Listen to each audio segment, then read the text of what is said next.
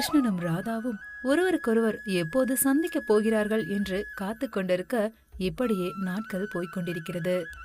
அப்போது ஒரு நாள் சனானந்தன் மகேஸ்வனாவின் வீட்டிற்கு விவசாயம் கற்றுக்கொள்ள வந்தான். மகேஸ்வனா அவனை வரவேற்று, வா சனானந்தா, இன்று முதல் நீ எனக்கு உதவியாளனாக இருக்கப் போகிறாய், வா வயலுக்கு செல்லலாம் என்று சொல்ல, நன்றி குருவே, நான் உங்களிடம் நிறைய கற்றுக்கொள்ள ஆவலாக இருக்கிறேன் என்று மரியாதையுடன் சனானந்தன் சொல்கிறான்.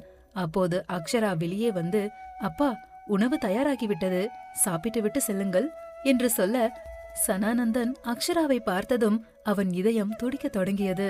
ஐயோ, மீண்டும் அவளை பார்க்கிறேன், என் மனம் ஏன் இவ்வாறு அமைதியை இழக்கிறது? இல்லை, நான் என்னை கட்டுப்படுத்திக் கொள்ள வேண்டும், அவள் என் குருவின் மகள் என்று மனதிற்குள் நினைத்து கொண்டு தலையை குனிந்து கொண்டான். அப்போது அக்ஷரா அவனை பார்த்து, சனானந்தா, வாருங்கள், உணவை சாப்பிடுங்கள் என்று அன்போடு அழைக்க, நன்றி, ஆனால் நான் என்று தயங்கினான். ஏன் தயங்குகிறாய்? வா, நாம் உணவை சாப்பிட்டுவிட்டு செல்லலாம் என்று மகேஸ்வனா அவனை உள்ளே அழைத்து செல்கிறார். சனானந்தனும், சரி, வாருங்கள், செல்லலாம் என்று சொல்லிவிட்டு இருவருமே உள்ளே செல்கிறார்கள். உணவு நேரத்தில் அக்ஷரா அனைவருக்கும் உணவை பரிமாறிக்கொண்டிருக்க சனானந்தன் அவளை பார்க்காமல் இருக்க முயற்சித்தான். ஆனால் அவனின் கண்கள் மீண்டும் மீண்டும் அவளையே தேடியது. அப்போது கிருஷ்ணன் சனானந்தனை கவனித்து, நீங்கள் எங்கிருந்து வருகிறீர்கள் என்று கேட்க, நானா, நான் அடுத்த கிராமத்திலிருந்து வருகிறேன், உன் அப்பாவிடம் விவசாயம் கற்றுக்கொள்ள வந்திருக்கிறேன் என்று சனானந்தன் சொல்ல, அப்படியா, அப்போதென்றால் நீங்கள் தினமும் வருவீர்களா என்று கிருஷ்ணன் கேட்க, ஆமாம், நான் தினமும் வருவேன் என்று சனானந்தனும் சொல்கிறான். உடனே அக்ஷரா சனானந்தனை பார்த்து, உங்கள் குடும்பத்தில் யாரெல்லாம் இருக்கிறார்கள் என்று கேட்க, சனானந்தன் அக்ஷராவின் குரலை கேட்டதும் திடுக்கிட்டு, என் அப்பா, அம்மா மற்றும் ஒரு தம்பி இருக்கிறான் என்று தடுமாறிய குரலில் சொல்ல, ஓ அப்படியா, சரி சரி, நீங்கள் இங்கு வரும்போதெல்லாம் இங்கு வந்து உணவை சாப்பிட்டு விட்டு செல்லலாம் என்று அக்ஷரா அன்போடு சொல்ல, சனானந்தன் வெட்கத்துடன், நன்றி, ஆனால் நான் உங்களுக்கு தொல்லை கொடுக்க விரும்பவில்லை என்று சொல்கிறான். இதில் என்ன தொல்லை? நீ என் மாணவன், என் வீட்டில் உணவு சாப்பிடுவது உன் உரிமை என்று மகேஸ்வனா சொல்கிறார். அப்படியா, சரி குருவே, நீங்களே சொன்ன பிறகு நான் நிச்சயமாக வருகிறேன் என்று சனானந்தன் சிரித்துக்கொண்டு சொல்கிறான். உணவை முடித்துவிட்டு அனைவரும் வயலுக்கு செல்கிறார்கள். கிருஷ்ணன் மாடுகளை மேய்க்க செல்ல தயாராகும் பொழுது மகேஸ்வனா கிருஷ்ணனிடம், கிருஷ்ணா, இன்று சனானந்தனையும் உன்னுடன் அழைத்து செல், அவனுக்கும் மாடுகளை பராமரிக்கும் முறையை கற்றுக்கொடு என்று சொல்ல, சரியப்பா, நான் கற்றுக் கொடுக்கிறேன், வாருங்கள் சனானந்தா, நாம் செல்லலாம் என்று சொல்லிவிட்டு சனானந்தனுடன் மாடுகளை கூட்டிக் கொண்டு கிருஷ்ணன் செல்கிறான். நீரோடைக்கு செல்லும் வழியில் சனானந்தன் கிருஷ்ணனை பார்த்து, உன் அக்கா மிகவும் அன்பானவள் போல் தெரிகிறாள் என்று சொல்ல, ஆமாம், என் அக்கா மிகவும் அன்பானவள், அவள் எப்போதும் அனைவரையும் கவனித்துக் கொள்வாள் என்று சொல்ல, சனானந்தன் மனதிற்குள், ஆமாம், அவள் மிகவும் அழகானவள், அன்பானவள், ஆனால் நான் அவளை நேசிக்க கூடாது, இது தவறு என்று மனதிற்குள் நினைத்து கொண்டான். இருவரும் நீரோடையை அடைந்ததும் கிருஷ்ணன் மாடுகளை மேய விட்டுவிட்டு நீரோடைக்கு அருகில் அமர்ந்தான். கிருஷ்ணனின் கண்கள் மறு கரையை தேடியது. இன்று அவள் வருவாளா? ராதா, நீ இன்றாவது வருவாயா என்று ஆவலுடன் காத்திருந்தான்.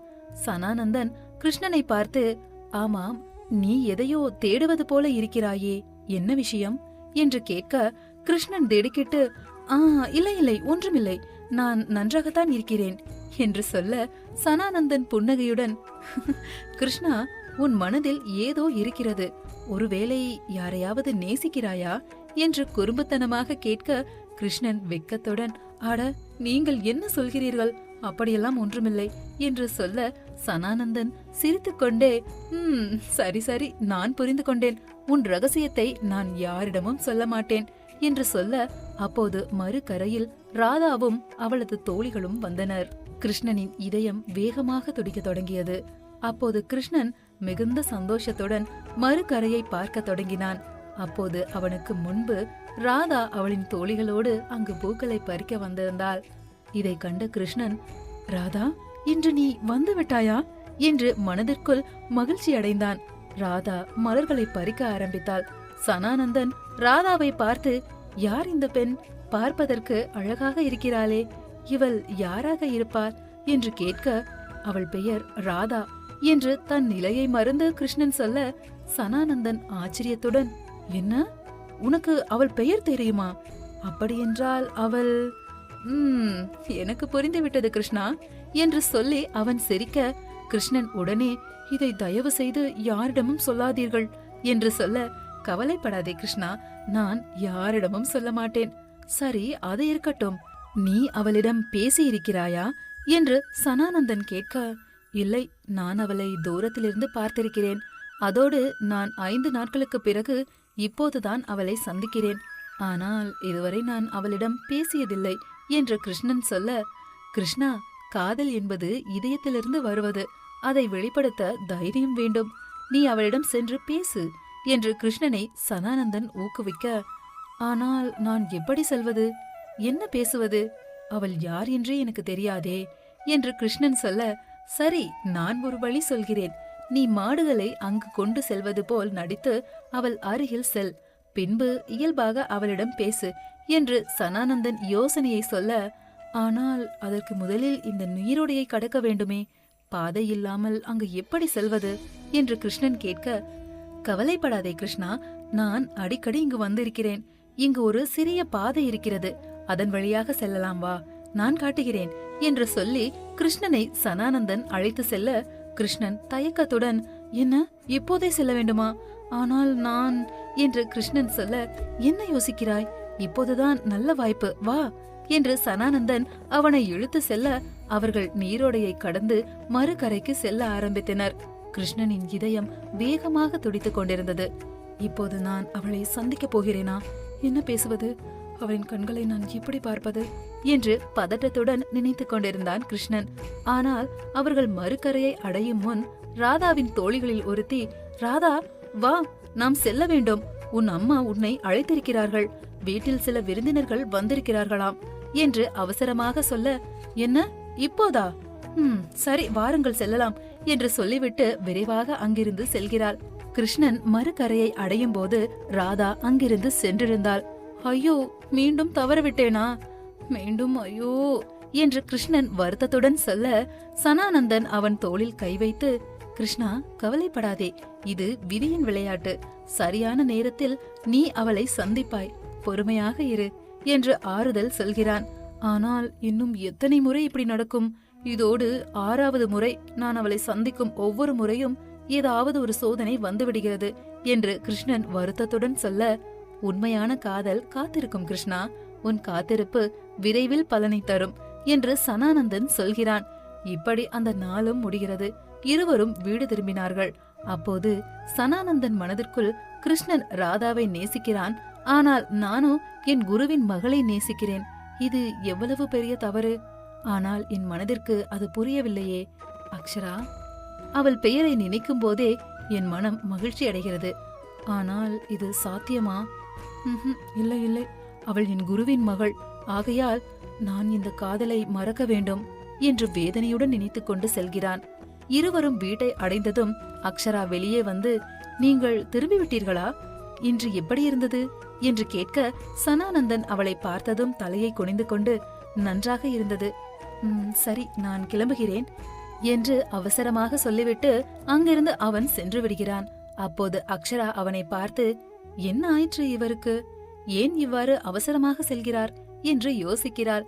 அப்போது கிருஷ்ணன் அவனது அக்காவை பார்த்து, அக்கா, அவர் சற்று வித்தியாசமானவர், ஆனால் நல்லவர். நாளை காலை அவர் வந்ததும் ஏன் ஓடிவிட்டீர்கள் என்று கேட்டுக்கொள் என்று கிருஷ்ணன் சொல்கிறான். நீ சொல்வது சரிதான். சரி, நீ வந்து உணவை சாப்பிடு என்று அக்ஷரா சொல்ல இருவரும் வீட்டிற்குள் செல்கிறார்கள். சனானந்தன் தன் வீட்டில் அவனால் தூங்க முடியவில்லை. அக்ஷராவின் முகம் அவன் மனதில் தோன்றிக் கொண்டே இருந்தது. நான் இப்போது என்ன செய்வது? இந்த காதலை எப்படி மறப்பது? ஒவ்வொரு நாளும் நான் அவளை பார்க்க போகிறேன். அப்போது என்ன செய்வது? இல்லை, நான் வலுவாக இருக்க வேண்டும். இந்த காதலை வெளிப்படுத்தக்கூடாது. அவள் என் குருவின் மகள். இது மிகப்பெரிய தவறு என்று மனதிற்குள் நினைத்து கொண்டிருந்தான். மறுநாள் காலை சனானந்தன் மீண்டும் மகேஸ்வனாவின் வீட்டிற்கு வந்தான். அக்ஷரா அவனை வரவேற்று, வணக்கம் சனானந்தா, வாருங்கள். உணவு தயாராகிவிட்டது என்று அன்போடு சொல்ல, சனானந்தன் அவளை பார்க்காமல், நன்றி, ஆனால் எனக்கு உணவு வேண்டாம். நான் எனது வீட்டில் சாப்பிட்டுவிட்டு வந்துவிட்டேன். ஆகையால் நான் வெளியே காத்திருக்கிறேன். உணவை சாப்பிட்ட பிறகு குருவை வர சொல்லுங்கள். நான் வயலுக்கு செல்கிறேன் என்று சொல்லிவிட்டு சனானந்தன் அங்கிருந்து செல்கிறான். அக்ஷரா அவனை குழப்பத்துடன் பார்த்து, என்ன ஆயிற்று இவருக்கு? ஏன் என்னை பார்க்காமல் இருக்கிறார்?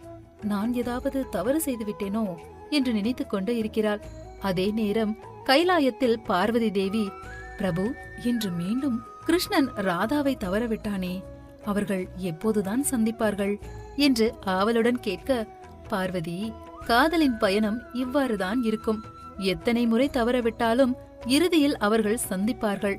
அதுதான் விதி என்று சிவபெருமான் சொல்ல, நாராயண நாராயண. பிரபு, ஆனால் இப்போது ஒரு புதிய சிக்கல் வந்துவிட்டது. சனானந்தன் அக்ஷராவை நேசிக்க தொடங்கிவிட்டான். இது கதையில் ஒரு புதிய திருப்பமாக உள்ளது என்று நாரதர் சொல்ல, நாரதா, ஒவ்வொரு காதலும் ஒரு சோதனைதான். சனானந்தனின் காதலும் விதியால் எழுதப்பட்ட ஒன்றுதான் என்று சிவபெருமான் சொல்ல, ஆனால் பிரபு, விழா வரப்போகிறதே, அப்போது கிருஷ்ணனும் ராதாவும் சந்திப்பார்களா என்று பார்வதி தேவி கேட்க, சிவபெருமான் புன்னகையுடன், பார்வதி, விதி தன் வேலையை செய்யும். விழாவில் என்ன நடக்கும் என்று பார்ப்போம். நான் சொன்னது போல் இன்னும் பல அதிசயங்கள் உள்ளன. பொறுமையாக காத்திரு. உங்கள் காதலுடன் சேர்ந்து இப்போது அக்ஷரா மற்றும் சனானந்தனின் காதலும் தொடங்கியுள்ளது.